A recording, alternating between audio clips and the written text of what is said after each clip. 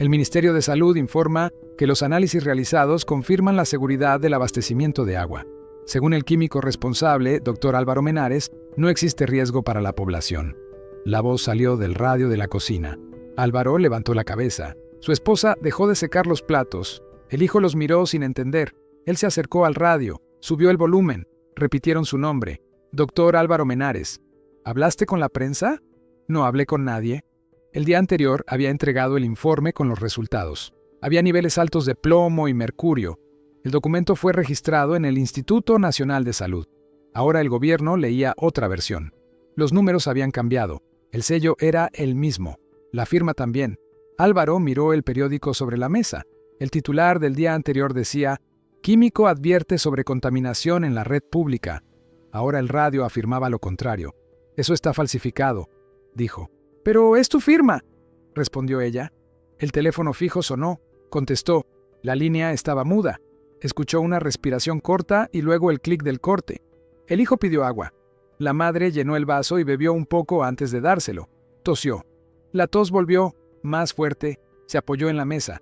El color del rostro cambió. Álvaro la sostuvo por el brazo. «Siéntate. Respira». «Me mareo», dijo. Corrió al teléfono. Marcó el número del hospital. Llamó 3 veces. Nadie contestó. Ella estaba inclinada sobre el fregadero. El vaso cayó y se rompió. El niño empezó a llorar. En la televisión, el ministro hablaba. Todas las muestras fueron revisadas por el doctor Álvaro Menares. En pantalla aparecía el documento. Mismo número de protocolo. Misma firma. Apagó el televisor. Solo se oyó el tic-tac del reloj. Marcaba las 11:47. La esposa intentaba respirar, la piel húmeda, los ojos vidriosos. Afuera, un coche se detuvo. El motor siguió encendido. Nadie bajó. Álvaro tomó de nuevo el teléfono. Llamó al hospital. Nada. Miró por la ventana. El coche seguía ahí. En el radio continuaba el boletín oficial. El Ministerio de Salud reitera: no existe contaminación. Situación controlada. Golpearon la puerta a las 3 de la tarde. Eran 2 hombres con traje oscuro y credenciales del ministerio. El más alto se presentó. «Ingeniero Vargas, venimos para ayudarle, doctor Menares». El otro no habló. Álvaro los hizo pasar. Su esposa descansaba en el sofá, todavía débil. El niño dormía en una silla. Vargas miró alrededor. «Lamentamos mucho lo del comunicado. Fue un error administrativo». Dijo que el gobierno quería aclarar todo y ofrecer asistencia médica a la familia. También dijo que el ministerio valoraba su trabajo.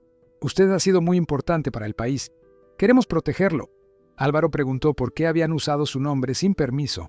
Vargas respondió que fue una confusión del área de prensa. Prometió que en los próximos días publicarían una corrección. El otro hombre abrió una carpeta y dejó un documento sobre la mesa. Era una orden para iniciar una revisión técnica de los informes. Pidieron su firma solo para formalizar el proceso. «¿Esto me limpia públicamente?», preguntó. «Lo va a limpiar de inmediato», respondió Vargas. Firmó. El funcionario guardó la carpeta. Antes de irse, entregó una tarjeta con un número directo del ministerio. «Llámeme si su esposa necesita atención médica. Podemos enviar un vehículo». Salieron sin prisa. El coche negro permaneció unos segundos frente a la casa y luego se fue. Álvaro llevó a su esposa a la cama. Ella temblaba. «Dijeron que nos van a ayudar», le contó. «¿De verdad confías en ellos?», susurró. No respondió. Llamó al número de la tarjeta. Una mujer atendió. Dijo que ya habían asignado un médico del programa sanitario estatal, que pasarían a primera hora del día siguiente. Pidió la dirección exacta y colgó. Álvaro anotó la hora de la llamada en un papel. Eran las 15:32. Miró por la ventana. El mismo coche negro estaba estacionado en la esquina. El médico llegó temprano. Llevaba una chaqueta gris y una maleta pequeña. Dijo venir por indicación del ministerio. Mostró una credencial plastificada. En la parte inferior se leía «Programa de Salud Pública, Área de Vigilancia Sanitaria». Examinó a la esposa con calma. Tomó la presión, revisó los ojos, pidió que respirara hondo. Anotó todo en un cuaderno sin membrete. No hizo preguntas sobre la comida ni el agua. Solo dijo: «Podría ser un cuadro leve de intoxicación, pero necesitamos confirmar en la clínica».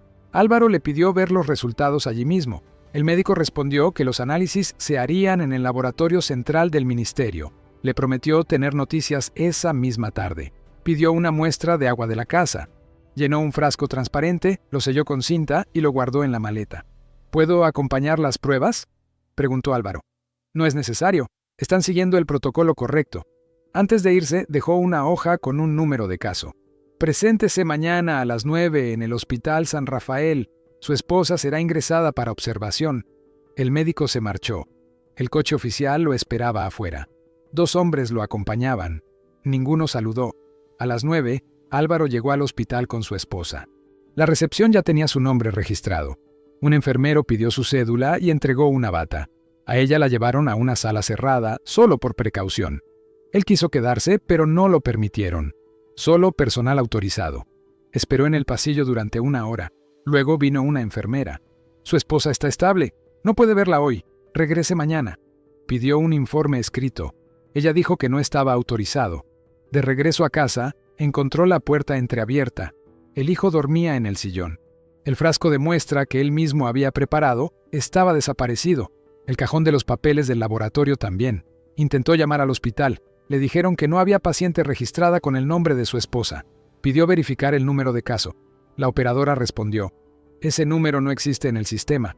Álvaro colgó. El reloj marcaba las 22:10. Afuera, el mismo coche negro estaba estacionado frente a la casa. Golpearon la puerta a media mañana. Eran los mismos hombres del ministerio. El ingeniero Vargas habló primero. «Venimos a informarle que su esposa está recibiendo la mejor atención posible. No pude verla. Nadie me da información. Es parte del protocolo», dijo el otro. «No puede tener contacto hasta que se confirme el diagnóstico». Vargas abrió una carpeta. «El gobierno quiere cerrar este asunto. La prensa ha exagerado».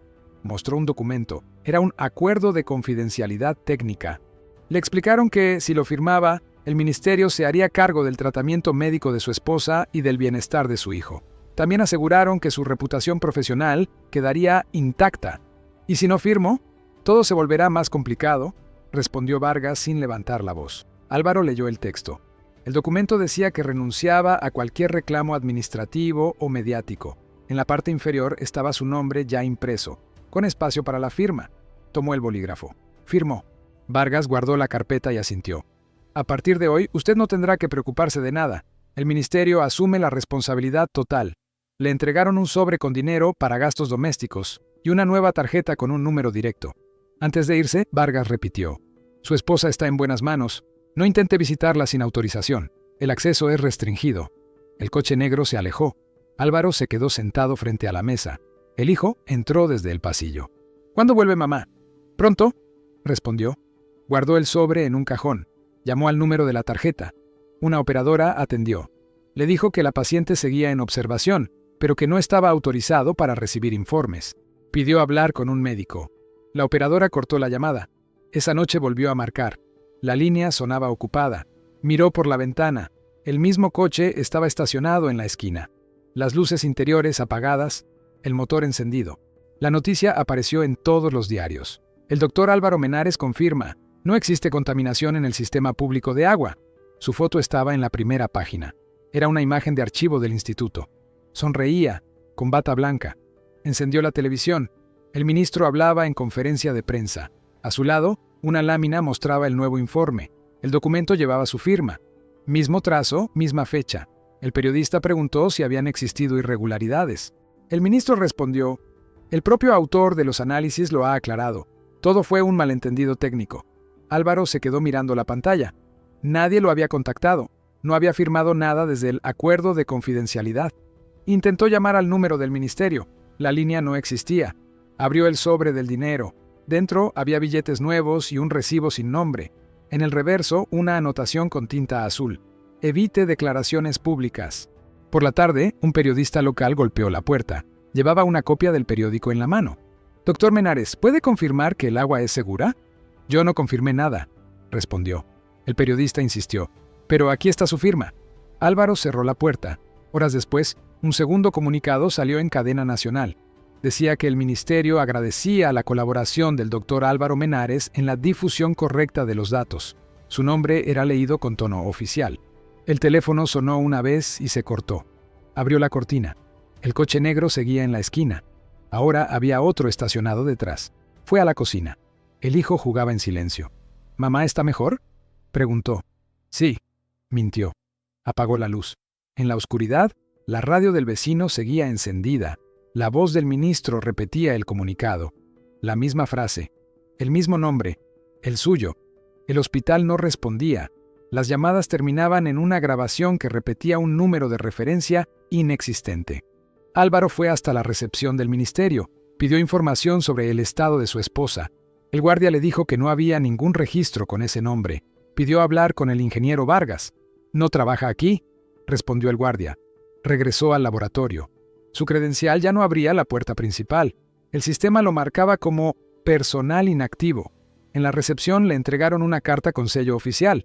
Decía que había sido reasignado a licencia médica preventiva, sin firma. Esa tarde, el hijo comenzó a tener fiebre. Llamó al hospital municipal. Le dieron una cita para dentro de 3 días. Preparó una muestra del agua del grifo en un frasco limpio. La guardó en la nevera. A medianoche, el niño vomitó. La temperatura subió rápido. Álvaro lo llevó al servicio de urgencias. El médico de guardia lo reconoció. «¿Usted es el químico del informe?» «Sí, pero el informe está falsificado». El médico lo interrumpió. Si eso fuera cierto, no estaría en televisión. Le dieron suero y lo mandaron a casa, sin diagnóstico, sin análisis. Al volver, vio la puerta trasera entreabierta. El cajón donde guardaba sus copias del informe estaba vacío. También faltaba el frasco con la muestra. Llamó a la policía. Le pidieron esperar a la unidad de patrulla. Nunca llegó. El teléfono sonó a las 2 de la madrugada. Una voz desconocida dijo: «Su familia está bajo observación. No insista». La llamada se cortó. Encendió la radio. El boletín de la mañana anterior se repetía. La misma voz, el mismo tono. El Ministerio de Salud garantiza la seguridad del agua. Informe elaborado por el doctor Álvaro Menares. Se quedó sentado frente al aparato hasta el amanecer. El hijo dormía en el sofá con fiebre. Afuera, el coche negro seguía en la esquina, con el motor encendido. Llegaron sin avisar. El mismo coche negro, los mismos hombres. Eran las 9 de la mañana. Vargas saludó con cortesía. «Doctor Menares, supimos que su hijo no se siente bien. Necesito ver a mi esposa. Nadie me dice dónde está». «Todo está bajo control», respondió el otro. «Pero su hijo requiere observación inmediata. El ministerio puede trasladarlo hoy mismo». Álvaro dudó. El niño seguía con fiebre, débil, casi sin hablar. Vargas sacó un formulario. «Solo necesitamos su autorización. Es un protocolo de traslado sanitario». «¿A dónde lo llevan?» «A una clínica del estado. Tendrá todo cubierto», firmó. Vargas levantó al niño en brazos. Lo subieron al coche. Uno de los hombres se quedó atrás. Le entregó a Álvaro un sobre cerrado. «Aquí tiene su nueva asignación temporal. El gobierno le pide descansar unos días». Álvaro abrió el sobre cuando el coche ya se había ido. Adentro había un documento con membrete del ministerio. Decía que había sido incorporado al programa de control ambiental. No mencionaba salario ni lugar de trabajo.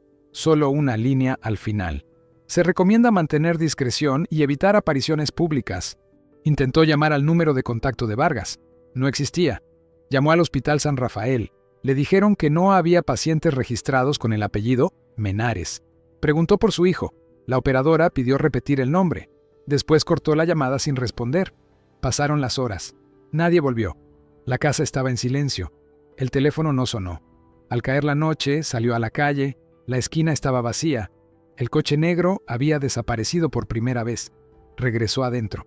El sobre con la asignación temporal seguía sobre la mesa. En la esquina inferior había una mancha de tinta. Las letras borrosas decían: Sección D, Unidad Clínica. No reconocía ese departamento. Guardó el papel en el bolsillo. Apagó la luz. El reloj marcaba las 22:03. Golpearon la puerta al amanecer. Eran 2 hombres con chaquetas claras.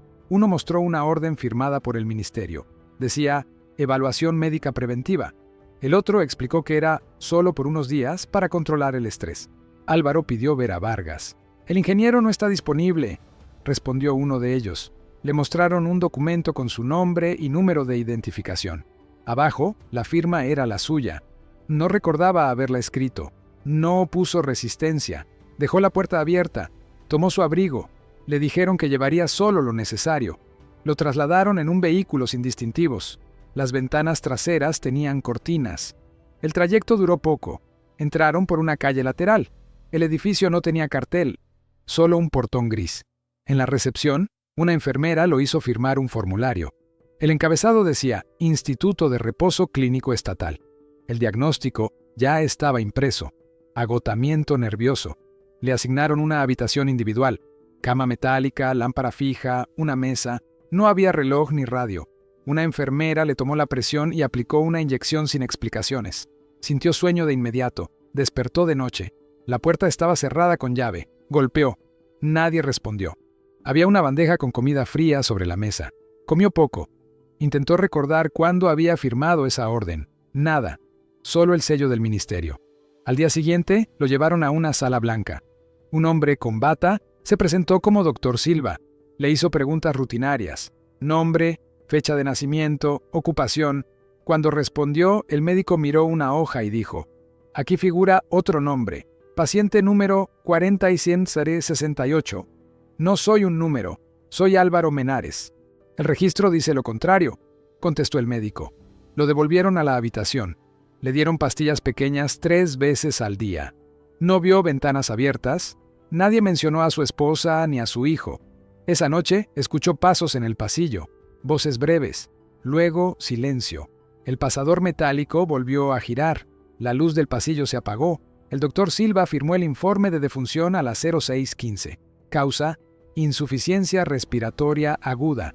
No había testigos. El documento incluía un sello azul del ministerio.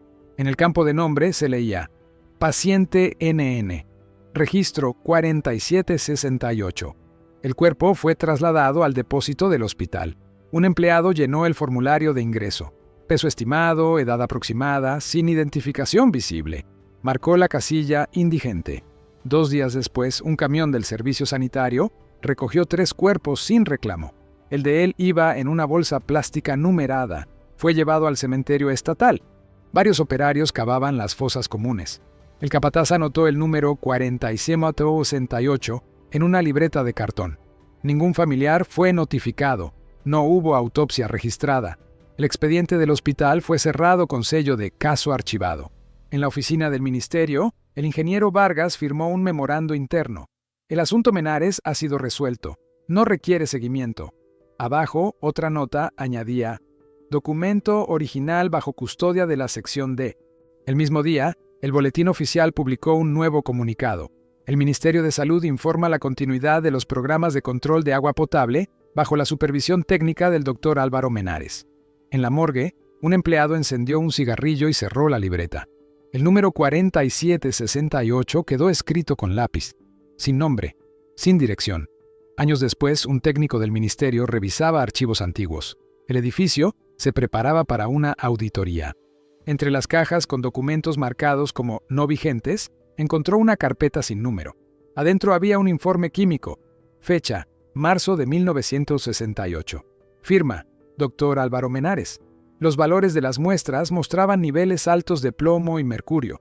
En la esquina superior, una nota escrita a mano decía: versión no publicada. El técnico comparó el informe con la copia oficial guardada en los registros públicos. Los datos eran distintos. En la versión difundida, las concentraciones estaban reducidas. El sello era idéntico. La firma también. Pidió autorización para registrar la anomalía. El supervisor revisó los documentos y ordenó archivarlos nuevamente. «No abra eso», dijo. «Pertenece a la sección D». El técnico obedeció. Volvió a colocar la carpeta en la caja. Antes de cerrarla, notó un sobre doblado entre las hojas. Dentro había una nota breve, escrita con lápiz. Dijeron que nos iban a cuidar. Cumplieron. El sobre no tenía firma. Solo un número: 47-68. Semanas después, el ministerio publicó un nuevo comunicado sobre control de aguas.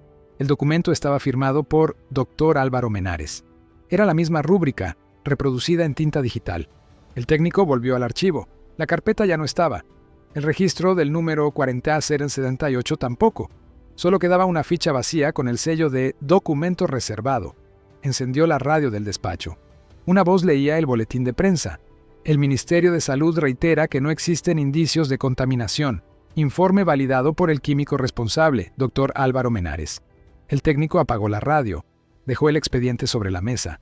La firma todavía visible, la misma de 1968. Soy Diego Salvatierra, y este fue un archivo que el poder quiso enterrar.